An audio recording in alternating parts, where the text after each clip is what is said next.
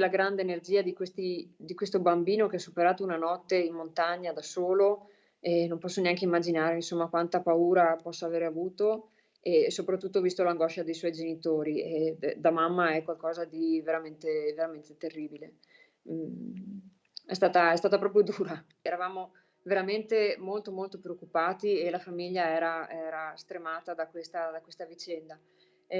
Qui però abbiamo delle persone che per noi sono degli angeli, sono molto più delle persone, che sono tutti i soccorritori e i volontari che sono intervenuti e che hanno, cercato tutta la notte, Francesco, in questo territorio che purtroppo è anche molto vasto, per cui è fatto anche di doline, cavità, insomma non è un territorio facile da perlustrare, ma i soccorritori i volontari del soccorso alpino, i vigili del fuoco, sono arrivati veramente da ogni dove.